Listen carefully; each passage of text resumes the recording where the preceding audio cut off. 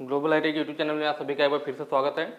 आज जो हम लोग फिटर फर्स्ट ईयर के थ्योरी के वो क्वेश्चंस करने वाले हैं जो आपके एग्जाम में आज 17 अगस्त है। तो आज की डेट में हम लोग सेंटर पे गए हुए थे और वहाँ हम लोगों ने बच्चों से फीडबैक लिया कि जो एग्जाम में क्वेश्चन आए हुए थे, ठीक है, उन्होंने बताया था उनके याददाश्त के आधार पर कि सर ये क्वेश्चन जो है पूछा गया था। तो उन क्वेश्चन को हम लोग यहाँ पे करने वाले हैं फिटर ट्रेड थ्योरी का, ठीक है, किसके लिए, ITI फर्स्ट ईयर के लिए। तो जो जो क्वेश्चन आज के एग्जाम में थ्योरी में पूछा गया था, कुछ बच्चों ने व्हाट्सएप पर भी हमें मैसेज वगैरह किया हुआ था, व्हाट्सएप का PDF के स्क्रीनशॉट वगैरह लेकर के। तो उन क्वेश्चंस को हम लोग यहाँ पे करेंगे और जो एक क्वेश्चन है उसका PDF भी मैंने बना रखा है, उसको आप यहाँ से डाउनलोड कर सकते हैं www.globaliti.org। ठीक है, मैं बता देता हूँ आपको डाउनलोड कैसे करना है, थोड़ा सा समय लगेगा। आपको अपने फ़ोन में ओपन कर लेना है globaliti.org। आप अपने फ़ोन में ओपन करोगे ना तो राइट साइड कॉर्नर पर ऐसे 3 लाइनें दिखाई देगी। जो लाइनें आपको दिख रही हैं इन लाइनों पे आपको क्लिक करना है, तब आपके फ़ोन में फिर ये ऑप्शन दिखाई देगा होम, हमारे बारे में, नई अपडेट, कोर्स, इस टाइप से। आपको नई अपडेट पे क्लिक करना है। यहाँ पे 3 ऑप्शन दिखाई देंगे, NCVT, SCVT अपडेट और मॉडल पेपर। सबसे लास्ट वाला जो ऑप्शन है मॉडल पेपर, आप उस पर क्लिक कर लेना। क्लिक करेंगे नया टैब आपके सामने इस टाइप से खुल जाएगा। आप नीचे को स्लाइड करना, यहाँ पे देखेंगे तो पहला ही ITI मॉडल पेपर 2022, इसमें नीचे ऑप्शन है रीड मोर का, आपको रीड मोर पे क्लिक करना है। नेक्स्ट टैब आपके सामने इस टाइप से खुलेगा। फिर नीचे को स्लाइड करोगे आप तो यहाँ पर देखिए जो भी क्वेश्चंस आपके एग्जाम में आ रहे हैं फर्स्ट ईयर के, सेकंड ईयर के, तो स्टूडेंट के हिसाब से हम लोग उनसे पूछते हैं, उनका फीडबैक लेते हैं। जो क्वेश्चंस वो बताते हैं उसको हम लोग यहाँ पे अपलोड करते रहते हैं।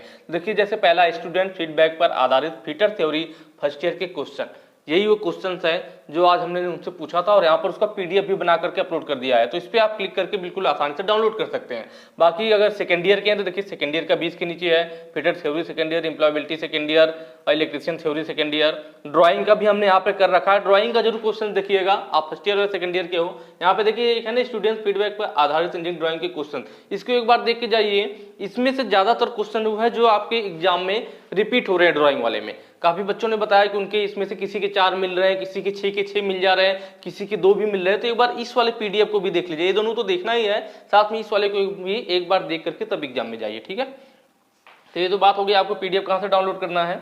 हम लोग चलते हैं क्वेश्चन की तरफ। ठीक है, और एक चीज और मैं बता दूं, इस PDF का जो क्वेश्चन मैं आपको दिखा रहा हूं इनको देख करके जाइए, साथ में आप अपना जो कर रहे थे, जो 500 क्वेश्चन वाली सीरीज थी उसको भी पढ़ते रहिए। ठीक है, क्योंकि ये जो क्वेश्चन है एक सेट है, एक तरह से समझ लीजिए। हो सकता है कि आप वाले एग्जाम में ये वाला क्वेश्चन जो है 38 के 38 पूरे मैच कर जाए, हो सकता है कि एक भी ना मैच करे, या ऐसा भी हो सकता है कि आपका 2-4 मैच कर जाए, 10 मैच कर जाए, 20 मैच कर जाए। ठीक है, तो कुछ भी हो सकता है, संभावना कुछ भी है। तो इसीलिए आप इसके भरोसे बिल्कुल नहीं जा सकते कि नहीं मैं बस यही पढ़ के जाऊंगा। तो आपको पढ़ना है सारा, बस मैं ये चीज जो बता रहा हूँ जो आपके एग्जाम में आया हुआ है। ठीक है, एक जो क्वेश्चन आपके एग्जाम में पूछे गए थे, जैसे कि पहला क्वेश्चन था हथौड़े के वजन को कहां दर्शाया जाता है। मैं यहाँ पे ज्यादा ब्रीफ नहीं करूंगा, मैं जल्दी जल्दी बस आपको क्वेश्चन दिखा दूंगा, क्योंकि मैंने इसको डिटेल में पहले ही पढ़ा रखा है। आप जाकर के प्लेलिस्ट में यूट्यूब चैनल पर प्लेलिस्ट में जाइए, वहां पे फिटर थ्योरी फर्स्ट ईयर के नाम से प्लेलिस्ट होगी, आप वहां पे देख सकते हैं। पहला क्वेश्चन है हथौड़े के वजन को कहां दर्शाया जाता है, तो उसके चिक पर दर्शाया जाता है। ऑप्शन सी आपका सही हो जाएगा। यहाँ पर देखिए सिंबल भी लगा हुआ है, इसी टाइप से आपका PDF भी अपलोड होगा, वहां पे आंसर आपको सीधे मिल जाएगा, कहीं आंसर ढूंढना नहीं पड़ेगा। अगला था चिपिंग करते समय यदि छेनी का निकासी कोण मतलब क्लियरेंस एंगल की बात कर रहा है, क्या हो आपका कम हो, वह क्या है क्लियरेंस एंगल जो है आपका कम है, तो फिर उससे क्या प्रभाव होगा, तो उससे क्या होता है हमारी जो कटिंग एज है वो घुस नहीं सकती और छेनी फिसल जाएगी। मतलब कटाई करते समय अगर उसका क्लियरेंस एंगल इस टाइप से होता है ना, कोई मटेरियल है इसको आप चीजल से यहाँ काट रहे हो तो क्लियरेंस एंगल ये वाला एंगल होता है। तो अगर भाई अगर आपकी चीजल अगर ज्यादा खड़ी रहेगी मतलब क्लियरेंस एंगल बढ़ेगा, जैसे जैसे चीजल खड़ी होगी क्लियरेंस एंगल बढ़ेगा, तब इस पे अगर आप चोट करोगे तो इसमें गहराई में घुसेगा और फिसलेगा भी नहीं। लेकिन क्लियरेंस एंगल कम होने का मतलब है कि इसे डाउन करना, तब यह एंगल कम होगा या यहाँ आ जाएगा। जब ज्यादा छेनी झुकी होगी तो जब आप चोट करोगे तो इसे फिसलने का डर रहेगा। ठीक है, तो वही कह रहा है कि कटिंग एज नहीं घुस सकती और छेनी फिसल जाएगी। ऑप्शन यहाँ पे आपका सही है। ठीक है, नेक्स्ट क्वेश्चन देखते हैं। चेन ड्रिलिंग के बाद मटेरियल को अलग करने के लिए किस छेनी का उपयोग किया जाता है। चेन ड्रिलिंग क्या होती है, कोई भी हमारा मटेरियल हो गया पहले इस पे ड्रिल कर लेते हैं। चेन ड्रिलिंग मतलब एक सीध में कई सारे ड्रिल, एक ड्रिल यहाँ कर लिया, एक ड्रिल यहाँ कर लिया, एक ड्रिल यहाँ कर लिया, एक ड्रिल यहाँ, एक ड्रिल यहाँ, ऐसे चेन एक लाइन में कर लेते हैं। अब इन ड्रिलिंग के मध्य ये जो मटेरियल बच रहा है इसको निकाला जाता है। जब इसको काट करके निकाल देते हैं तो एक लंबा स्लॉट ऐसे यहाँ से यहाँ तक ऐसे स्लॉट बन जाता है। तो इन ड्रिल के बीच का जो मटेरियल निकालने के लिए जो चीजल यूज की जाती है उसे वेब चीजल बोलते हैं। कौन सी चीजल बोलते हैं, वेब चीजल बोलते हैं। उसके आगे ऐसे कटिंग चौड़ाई में रहती है। ठीक है, तो इसको हम यहाँ पर रखते हैं और हैमर से चोट करते हैं तो इसके बीच का मटेरियल कट करके निकल जाता है, वेब जेल बोला जाता है। हैवी ड्यूटी वर्क के लिए किस ग्राइंडिंग मशीन का उपयोग किया जाता है? वह ग्राइंडिंग मशीन कौन सी है जो हैवी ड्यूटी भारी वर्क करने के लिए यूज की जाती है? तो वह है आपका पेडेस्टल ग्राइंडर। कौन सा है? Pedestal grinder. ऑप्शन सी आपका सही हो जाएगा। ठीक है, जैसा कि मैंने आपको बताया, मैं यहाँ पे ज्यादा डिटेल नहीं बताऊंगा, नहीं तो काफी टाइम लग जाएगा। 40 क्वेश्चन है आपके। ठीक है, डिटेल में देखना है तो आप लोग 500 क्वेश्चन वाली सीरीज वाली वीडियो मेरे यूट्यूब चैनल के प्लेलिस्ट में जाकर के देख लीजिए। ट्राई स्क्वायर की परिशुद्धता एक्यूरेसी क्या होती है? 0.002 प्रति mm 10 mm की लंबाई में होती है। ऑप्शन सी आपका सही हो जाएगा। 0.002 mm प्रति 10 mm लंबाई। पहला ऑप्शन 0.02 भी है, इसलिए आपको इसको ध्यान से देखने की जरूरत नहीं, कंफ्यूज होकर आप 0.02 वाला कर दोगे, 0.002 रहेगा। ठीक है, अगला क्वेश्चन है, रेगुलेटर को जोड़ने से पहले सिलेंडर वाले सॉकेट को कौन सी प्रक्रिया ब्लो आउट करती है? ठीक है, हम थोड़ी सी गैस को बाहर निकालते हैं रेगुलेटर को लगाते समय, रेगुलेटर को साफ करने के लिए, उसको वाल्व सीट वगैरह को, तो उसको क्रैकिंग बोला जाता है। ऑप्शन ए आपका सही हो जाएगा, क्रैकिंग। ठीक है, नेक्स्ट क्वेश्चन है आपका, देखिए सिंबल दे रखा है, करा इसका क्या मतलब है? तो देखिए ये जो सिंबल है हमारा सेफ्टी वाला मैंडेटरी सिंबल, क्या है? Name the mandatory symbol. अब यहाँ पे क्या है? यहाँ पे कुछ नहीं दिखाया गया, जब खाली रहता है तो इसका मतलब स्टॉप होता है। ऑप्शन ए आपका सही हो जाएगा।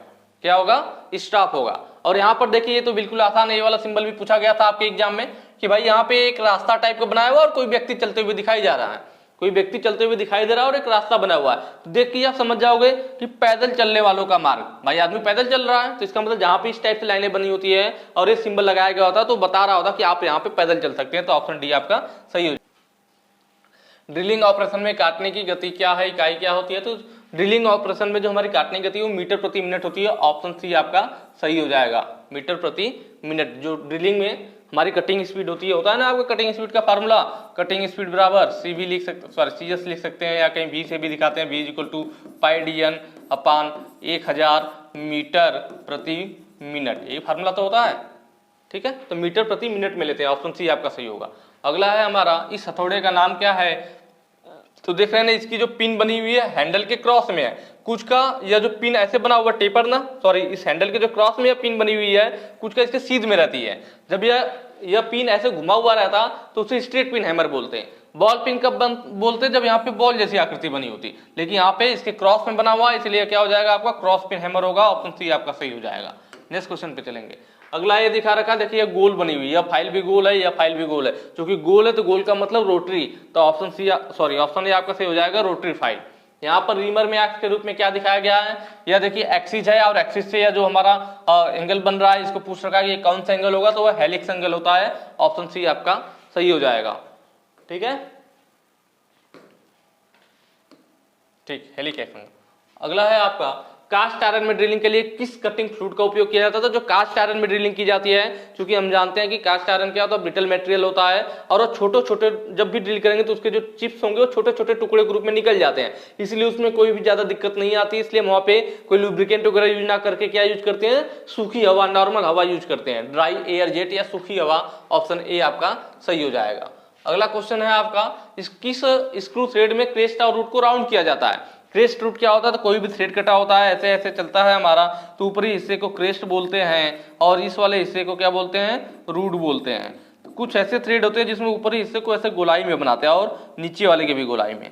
ठीक है, तो यह किस, वही पूछ रहा है कि किस थ्रेड में ऊपर वाले को और नीचे वाले को, क्रेस्ट और रूट को गोलाई में बनाया जाता है, ठीक है, राउंड किया जाता है, तो वो क्या होता है? तो वो BSW थ्रेड है। ऑप्शन सी आपका सही हो जाएगा।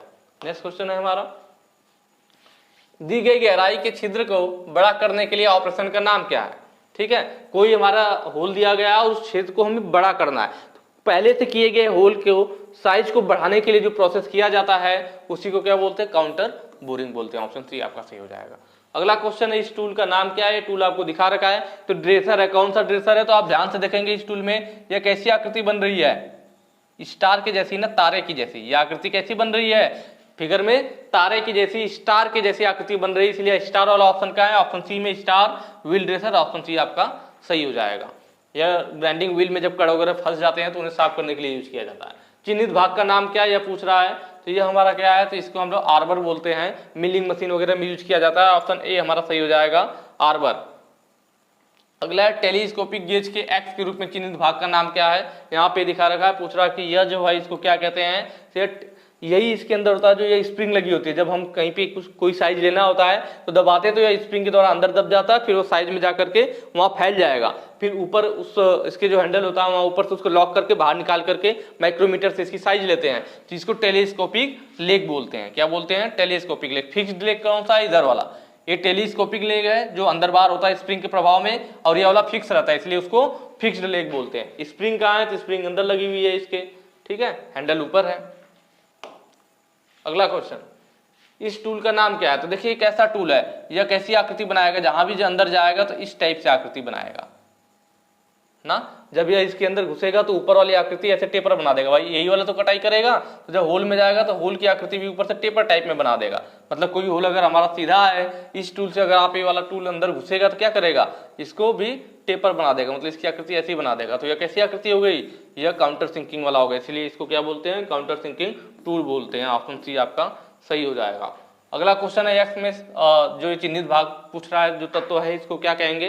तो देखिए इसी में ऊपर वाला क्रेस्ट होता है, अंदर वाला रूट होता है, और इन दोनों के बीच का जो एंगल होता है, इन दोनों के बीच का जो एंगल होता है फ्लैंक बोलते हैं ना। क्रेस्ट और रूट को जो मिलाने वाली लाइन होती है उसी को फ्लैंक बोलते हैं, और दो फ्लैंक के बीच का जो एंगल होता है वही हमारा क्या होता है? थ्रेड एंगल होता है। ऑप्शन डी हमारा सही हो जाएगा, थ्रेड एंगल। पिच क्या होता है? पिच एक थ्रेड से दूसरे थ्रेड के बीच की जो दूरी होती है वही हमारा पिच होता है। नेक्स्ट क्वेश्चन पे चलेंगे। यक्स के रूप में चिन्हित स्क्रू के तत्वों का नाम बताइए। ये क्वेश्चन दो बार हो गया, क्या लग रहा है? दो बार होगा, इसको छोड़िए। यहाँ पे देखते हैं चिन्हित भाग का नाम यहाँ पे पूछ रखा है, आपको दिखा रखा है यहाँ पे, इसका नाम पूछ रहा है ना कि ये क्या चीज है, तो इसको क्या बोलते हैं? फिंगर्स बोलते हैं। ऑप्शन सी आपका सही हो जाएगा। नेक्स्ट क्वेश्चन पे चलेंगे। अगला है रिमर में एक्स के रूप में चिन्हित भाग क्या है? तो यह वाला जो आगे वाला हिस्सा है जिसपे से हमारी चिप्स टकराती हुई निकलती है जब ये कटिंग करता है, तो इसको हम क्या फेस बोलते हैं ना। ऑप्शन ए आपका सही हो जाएगा। क्या बोला जाता है? फेस बोला जाता है। अगर आपको डिटेल में देखना है फिर मैं वही चीज बताऊंगा कि आप जो है 500 क्वेश्चन वाली सीरीज देख लीजिए, वहां जल्दी हो जाएगा, ठीक है। वहां डिटेल में पढ़ाया गया है। कौन सा कोड ड्रिल के रेक कोड को निर्धारित करता है? मतलब कौन सा इसमें से ऐसा एंगल है जो ड्रिल के रेक एंगल को निर्धारित करता है? ऑप्शन ए सही होगा आपका, हेलिक्स एंगल। क्या? Helix angle. नेक्स्ट चलेंगे हम। अगला है हमारा बाहरी चूड़ी के ब्लैंक साइज जहां P इक्वल टू पिच और D इक्वल टू गहराई की गणना के लिए कौन सा सूत्र होता है? तो हमारा फार्मूला होता है D equal to D minus P/10। हम लोगों ने पीछे भी एक क्वेश्चन सॉल्व किया हुआ है कि कहीं भी ब्लैंक साइज की गणना करने के लिए हम ये फार्मूला यूज करते हैं ब्लैंक साइज के लिए, ठीक है, D माइनस P/10। ठीक है, D क्या होता है हमारा? स्क्रू थ्रेड का डायमीटर होता है, और P क्या होता है? पिच होता है, ठीक है। यह क्या होगा हमारा? बोल्ट का डायमीटर हो जाएगा, और ये क्या हो जाएगा हमारा? पिच हो जाएगा। तो यहाँ पे ऑप्शन ए हमारा सही हो जाएगा।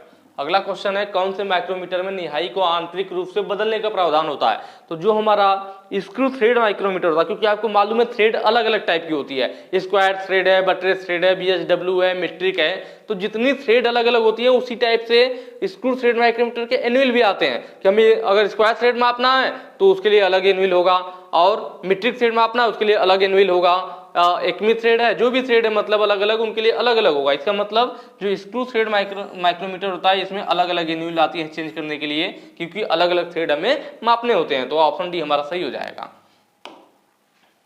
अगला है इस थ्रेड का नाम क्या है? देख रहे हैं कैसी है? जैसे आरी पे जैसे दांते बने होते हैं, ये उसी टाइप का थ्रेड आकृति दिख रहा है आपको। जैसे आरी के दांते होते हैं उसी टाइप की आकृति दिख रही है ना। आरी को इंग्लिश में सा कहते हैं, इसीलिए किस टाइप का थ्रेड है? तो सा टूथ थ्रेड, मतलब आरी के दांते की जैसी यह थ्रेड होती है। तो ऑप्शन डी हमारा सही हो जाएगा, ठीक है।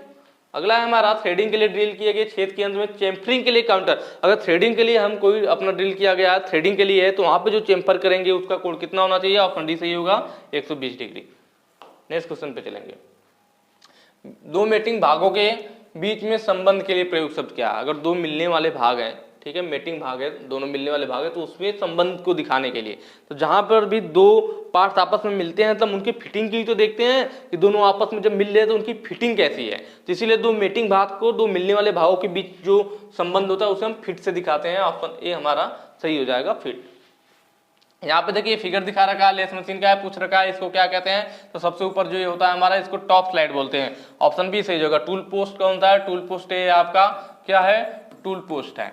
और क्रॉस लाइट ये वाला हिस्सा है जो यहाँ क्रॉस में चलता है, इसके दोनों ऑप्शन यहाँ क्रॉस साइड हो गया है, तो फिर दोनों अलग होना चाहिए था। अगला वाला सैडल हो सकता था, सैडल होता तो इस वाले हिस्से को जो हमारे यहाँ पे स्लाइड करता है नीचे वाला हिस्सा, इस पे ये सैडल होता है। ठीक है, अगले क्वेश्चन पे चलेंगे। अगला पूछ रहा है असेंबली तकनीक में दिखाए गए भाग का प्रकार क्या है, नाम बताए कि यह कौन से प्रकार का भाग दिखाया गया। तो ये किसका है, कॉटर पिन का है। ऑप्शन सी हमारा सही हो जाएगा, कॉटर पिन का है। यह देखिए यहाँ फिलियस मशीन का यहाँ पर दिखा रखा है इन्होंने चक को, और पूछ रखा है कि यह जो है ये कौन सा जॉ है। तो जब इसमें जो चक में जॉ लगा हुआ होता है इसको पूछता है तो हमारा इंटरनल जॉ होता है। यहाँ भी दो ऑप्शन है, दोनों में से कोई भी सही कर लीजिए। एक्सटर्नल जॉ कौन सा है, तो जब इसको पूछता तो ये हमारा क्या होता है, एक्सटर्नल जॉ हो जाता। ठीक है, लेकिन उसने अंदर वाले पूछ रखा है तो वह इंटरनल जॉ होगा। ऑप्शन डी आपका सही होगा। नेक्स्ट क्वेश्चन पे चलेंगे। उपलब्ध बीआईएस प्रणाली में आधारभूत की संख्या क्या है, कि जो हमारी बीआईएस प्रणाली है इसमें फंडामेंटल डिवीजन की बात कर रहे हैं। यहाँ थोड़ा कंप्लीट नहीं है कि फंडामेंटल डिवीजन कितने होते हैं, तो 25 होते हैं। कितने होते हैं, ऑप्शन ए आपका सही हो जाएगा, 25 होते हैं। बाकी कौन सा मार्किंग मीडिया जहरीला है, ठीक है, तो आपका ऑप्शन सी सही होगा, कॉपर सल्फेट हमारा जहरीला होता है। अगला क्वेश्चन है हमारा, चिन्हित भाग के नाम बताइए एक्स के रूप में। यहाँ पे देखिए एनुअल लिखा रखा है। बाकी अगर आप लोग इंस्टाग्राम वगैरह यूज करते हैं तो आप लोग वहाँ भी मुझे फॉलो कर सकते हैं।